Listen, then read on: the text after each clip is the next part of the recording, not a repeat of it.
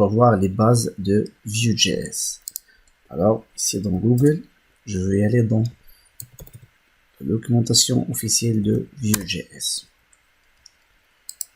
Je vais cliquer sur Vue.js. Ici, je vais cliquer sur Click Here pour aller dans la documentation de Vue 3.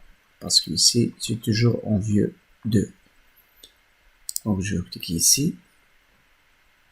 Et je vais cliquer sur Get Started. Comme ça, on va commencer à implémenter et décortiquer notre framework de JavaScript Vue. Alors, avant de commencer Vue.js, il faut connaître le minimum en HTML, CSS et JavaScript. Et après, si vous voulez vous découvrir ce framework, c'est très bien. Je le conseille pour les débutants, vu que j'ai bien cherché sur Internet et je trouve que Vue.js est simple pour apprendre autant que débuteur. Mais à part React, c'est un peu complexe. Alors, si on est ici dans la documentation de Vue.js, je vais cliquer sur Installation pour installer Vue.js dans notre ordinateur et commencer à l'utiliser.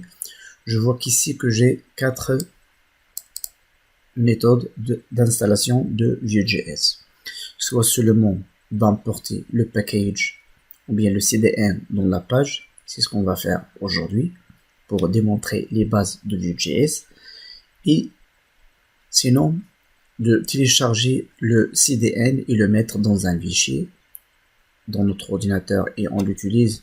Comme ça, on n'aura plus besoin d'internet d'aller vers le CDN. Sinon, installer via npm. Et la dernière chose que les développeurs font dans les sociétés, c'est l'installation via CLI. En fait, la documentation elle est en anglais. Vous pouvez aller dans Translate et chercher ici dans More Translate et basculer en mode français. Comme ça, cliquez sur Commencer et vous cliquez sur Installation.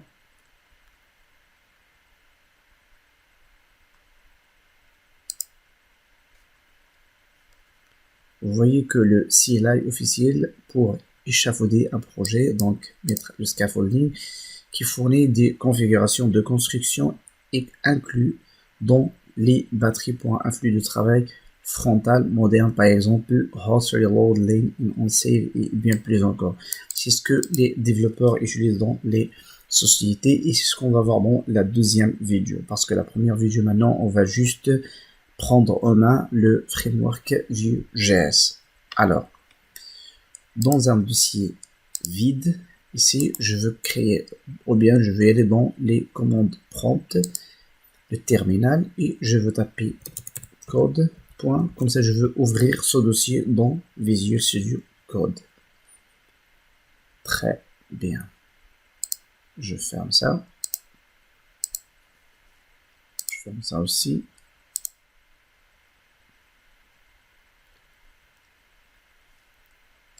D'accord. Ici, je veux créer un simple fichier index.html. Je vais choisir ici HTML. Comme ça, le rendu va être HTML. Ici, je veux générer la squelette de HTML. Je vais faire un H1. Ici, salut et developer. Très bien. J'utilise l'extension Live Server. Vu que vous apprenez Vue maintenant, donc vous savez bien l'extension Live Server. Vous avez utilisé déjà avec HTML et CSS. Ça c'est terminé, donc je vais le fermer.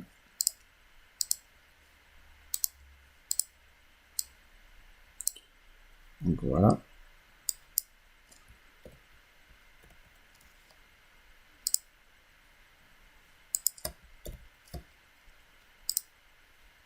Allez. On est ici. Très bien. Allez, on commence les développeurs. Voilà. Donc, on a dit la première chose, c'est de créer un fichier HTML. Très bien. Et d'aller amener le CDN. D'accord, oui, donc on va installer à partir du CDN. Donc je veux prendre ce script. Très bien, et je vais le mettre ici en bas. Voilà. Moi, je préfère de créer un fichier app.js, comme ça je veux séparer le JavaScript du HTML. Et c'est ça le but de Vue.js. Je vais faire une toute petite comparaison entre Vue.js et React.js. Et React.js utilise ce que s'appelle le JSX. Le JSX, c'est à la fois HTML et JavaScript. C'est comme le XML. Mais le Vue.js, elle sépare automatiquement le JavaScript du HTML. Donc, je vais vous montrer une image d'un composant, par exemple, Vue.js. Ça à titre d'information, mais on va voir tout ça dans la vidéo qui arrive. Donc, Vue.js, image. Alors, tiens, alors ça, si vous voyez bien, je sais pas si vous le voyez bien, ça c'est un, je veux zoomer. Alors, je zoome.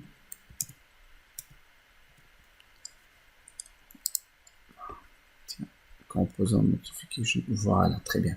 Ça, c'est un composant de, ou bien component de Vue.js. Il contient la template, le script et le style. Donc, tout est séparé. L'HTML est séparé du JavaScript et le style est séparé aussi du JavaScript. Maintenant, on va voir les bases de Vue.js et après, on va créer des components et tout ça pour bien apprendre Vue.js. Donc, très bien.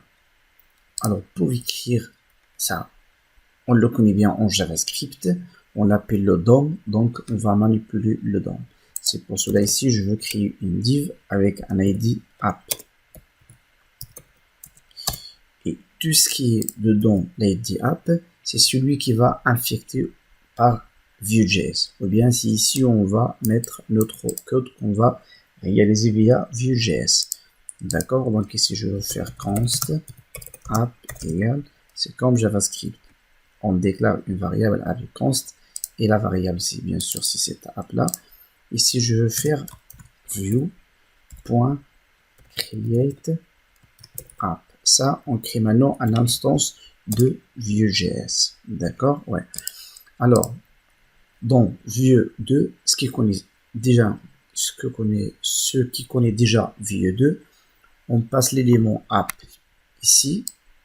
On passe l'élément comme ça, app, et on commence à mettre notre data, ça veut dire notre donnée, comme ça. On commence d'ici à mettre les données comme ça. Mais Vue 3, c'est différent de Vue 2, donc ici, c'est changé. Ce qui fait, je veux créer data comme une fonction. D'accord, oui. Et dedans data, on va créer des données. Donc, il va retourner des données. Si je veux créer un message, et le message là, c'est salut.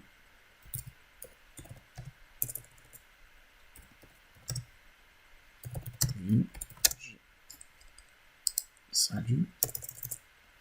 C'est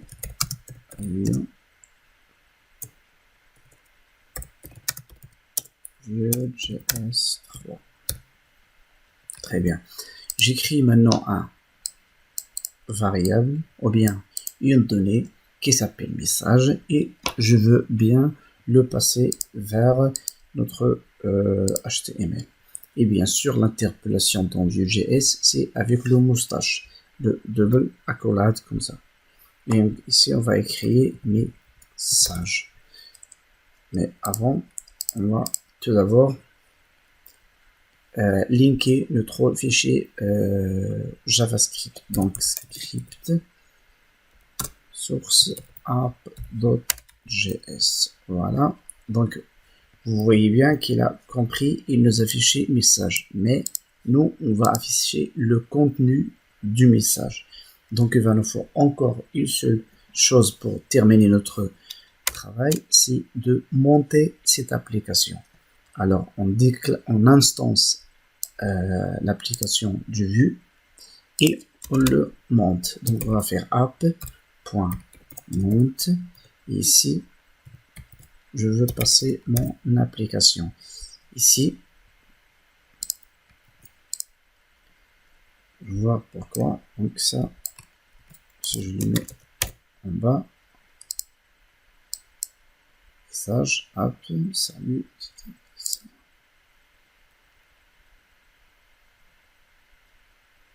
monte app.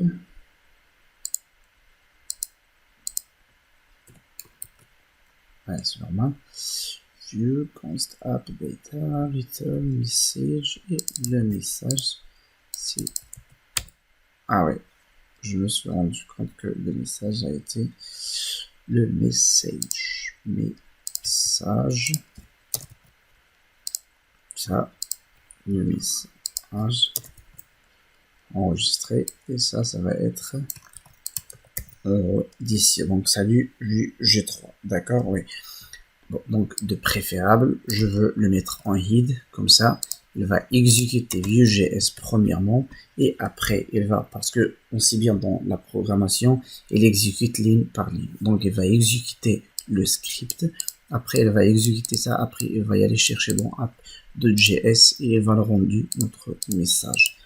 Très bien. Donc, c'est comme ça qu'on on crée des données et on interpelle dans notre message. Maintenant, on va maintenant on va voir comment passer d'autres messages avec d'autres, par exemple, d'autres cas. Supposons ici que je veux créer par exemple un input.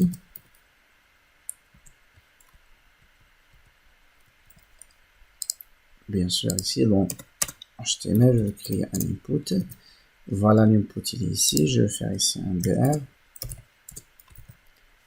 Voilà, l'input il est ici. D'accord. Vous savez bien que la valeur value, entrez votre nom, on le passe de cette manière. Donc on met value, entrez votre nom. Si par exemple je veux le passer du JavaScript d'ici, je veux créer ici le text form, une variable, et je veux la text form, et je veux mettre ça dedans cette variable, et je veux l'appeler comme ça. On dit si on veut appeler quelque chose, on fait des interpolations avec deux accolades, et on met text form comme ça. Mais ici ça marche pas. Pourquoi? Ici on va parler d'un directive qui s'appelle le vbind. D'accord? Oui. Donc ici je veux faire le vbind de point value égale le text form. Maintenant voilà, entrez votre nom. Si je change, entrez votre entrée email, j'enregistre et voir entrée email. Maintenant je peux écrire mon email simplement. C'est très bien. C'est par exemple je veux rendu une image. Je vais faire image et la source il va être par exemple image URL. Je veux créer cette variable ici, image URL, et je vais aller dans l'internet et amener une image. Alors Vue.js, image, prenons celle-là, copier link et vous revenez ici. Le lien je vais le mettre ici.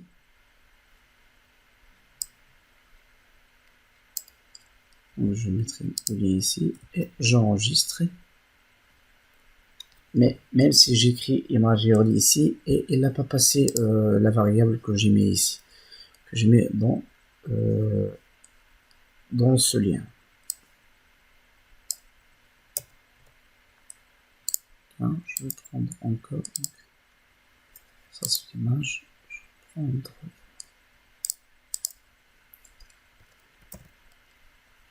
Je suis sûr que je vais prendre celle-là. Copie image link. C'est vraiment bien ça. Je reviens. J'enlève et je crée celle-là. Même si j'ai passé image URL et il n'a pas compris. Si je le mets entre deux accolades, Voilà, mais bon. Donc ici aussi, on va utiliser le vbind. Deux points, src et image URL maintenant, simplement comme ça. J'enregistre et bien, j'ai mon image dans l'écran.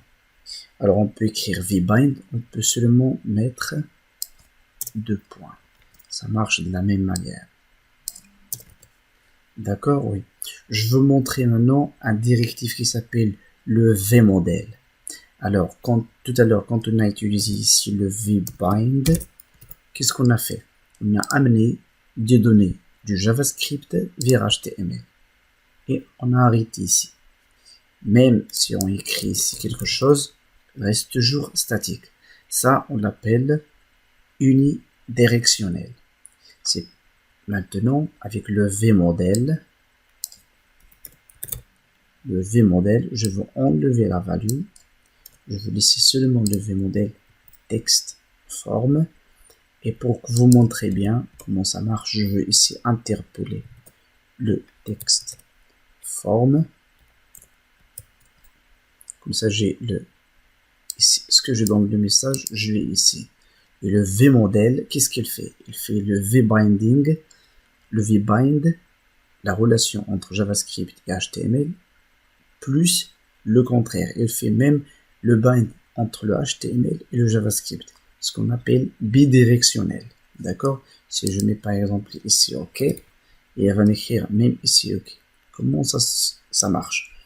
Alors, j'ai déclaré un texte form qui s'appelle entrée email. Je l'ai amené dans l'HTML avec le vmodel. Et j'ai pris la nouvelle valeur de ce texte form et je les ai envoyés à mon JavaScript. Et JavaScript, il l'a envoyé encore, il l'a affiché ici. Et ainsi de suite. Ça, c'est le bidirectionnel. C'est ici où on voit des données qui sont interactives. Donc, je suis developer. Ok, je veux le faire. Et ainsi de suite. Ça, c'est le vbinding. Le vmodel. C'est la différence entre vbind et le vmodel. Très bien. Maintenant, on va passer à autre chose. On va passer aux méthodes. Donc, on a les données et on a aussi les méthodes. Je vais faire ici un point virgule. Si vous connaissez comment travailler avec des objets dans JavaScript, on met toujours les accolades, on met toujours des virgules pour séparer objet par autre. Maintenant, on va faire les méthodes. Alors, les méthodes, je veux créer une méthode maintenant que je vais appeler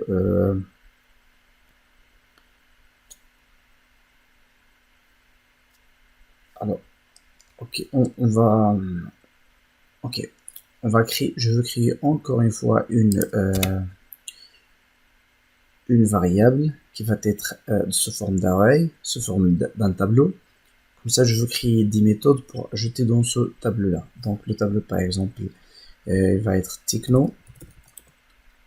Voilà, donc techno, il va prendre des technologies en sorte. Par exemple, Vue.js, React.js et AngularJS. Je vais faire ici une virgule. Donc, j'ai techno ici comme array. Alors, c'est l'occasion de voir un autre directif qui s'appelle le v-for. V-for, c'est le for each en JavaScript. C'est comme ça quand on va lister un tableau. Donc, au-dessus de l'image, ici, je veux créer un UL. Dedans UL, je veux créer un ILI. Et dans ILI, je veux faire un v-for. Deux points. V-for. Deux points. Égal. Donc ici, je veux faire item in techno. C'est ça le voilà, c'est ça notre tableau. Et dans l'interpolation, je vais écrire ici item. J'enregistre et voilà, j'ai mon tableau qui est affiché ici, Vue.js, React.js et AngularJS. Je rajoute par exemple API. Voilà, j'ai les API. Très bien. Donc, on sait maintenant comment créer un tableau et comment l'afficher avec le vFar. Très bien. Maintenant, je vais passer aux méthodes. Je crée une méthode qui va appeler ajouter élément. Il va être de type function. Donc, ajouter élément, fonction, c'est simple. Maintenant, je veux ajouter dans le tableau, et ça, on l'avait déjà vu dans JavaScript, qui ne connaît pas travailler avec des tableaux dans JavaScript, je vous laisse le lien dans la description. Si je vous faites, maintenant, je vais aller ici dans le tableau, et pour aller dans le tableau, je vais faire 10.techno.putch. Putch, il va ajouter un élément dans le tableau. Voilà, je vais ajouter par exemple Google. Restons dans les technos, je veux ajouter la Ravel. Alors, voilà la méthode et on va l'appeler quand on va cliquer dans un bouton. Et ici, on va voir un autre directive qui s'appelle le v-on et les événements dans les boutons. Donc ici, je veux créer en haut, je vais créer un bouton, je vais faire ajouter une techno. Voilà, si je clique dans ajouter une techno, je vais ajouter ici la techno que j'ai créée ici, la Ravel. Très bien. Maintenant, dans le bouton, je vais faire le v-on deux points et je vais faire je vais écrire l'événement que je voulais. Par exemple, l'événement click. Click, on hover, on mouse over, on mouse up, key up, tous les événements que vous voulez. Égal. Et je veux seulement passer le nom de la fonction. Ajouter élément. J'enregistre. Et quand je clique maintenant sur ajouter élément, il va vraiment nous ajouter la Ravel dans notre tableau. Je rajoute encore, je clique encore et voilà. Maintenant, je vais vous montrer une toute petite astuce, comment prendre la valeur de cet input et l'ajouter dans le tableau. Ça, c'est très bien.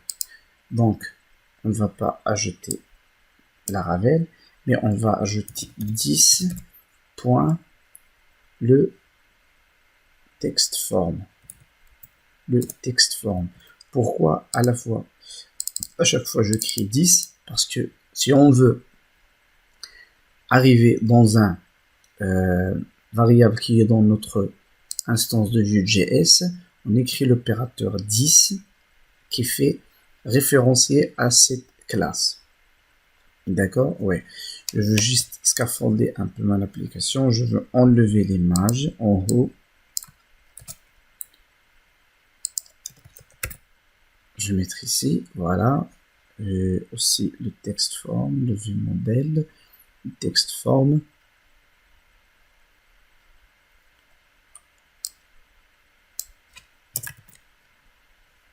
Très bien. Donc, j'ai mon tableau et j'ai le bouton.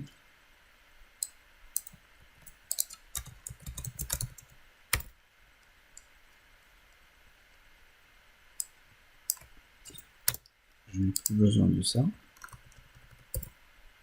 Voilà.